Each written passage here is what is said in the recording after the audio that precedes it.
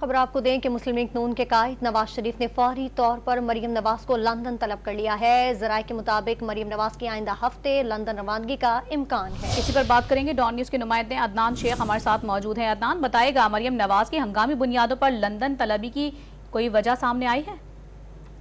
جی بالکل، مسلم لیگ نون کی جو قائد ہیں نواز شریف، انہوں نے فوری طور پر مریم نواز کو لندن طلب کر لیا ہے اور جو آئندہ ہفتے جو ہے مریم نواز لندن جائیں گے اور بدھ کے روز جو ہے وہ ذرائع کا کہنا ہے کہ وہ پاکستان سے لندن کے لیے روانہ ہوں گی، جبکہ مریم نواز کا ایک ہفتے تک جو ہے وہ لندن میں قیام ہوگا اور وہ لندن جو قیام کے دوران نواز شریف سے ملاقات کریں گے اور